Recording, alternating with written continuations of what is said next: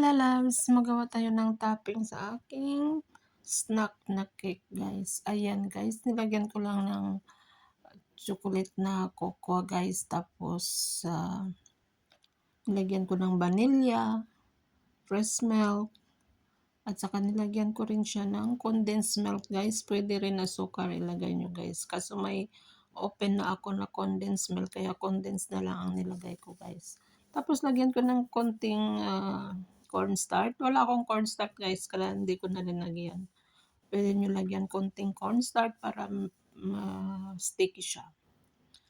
Ako naman, wala akong cornstarch, so hindi ko na nilagyan guys. Ayan guys, pag medyo sticky na guys, lagyan nyo lang ng butter. At saka hanggang sticky na siya guys. Masarap siya guys. Yung pag wala tayong budget guys, pang topping ng cake natin guys. Pwede na yan guys.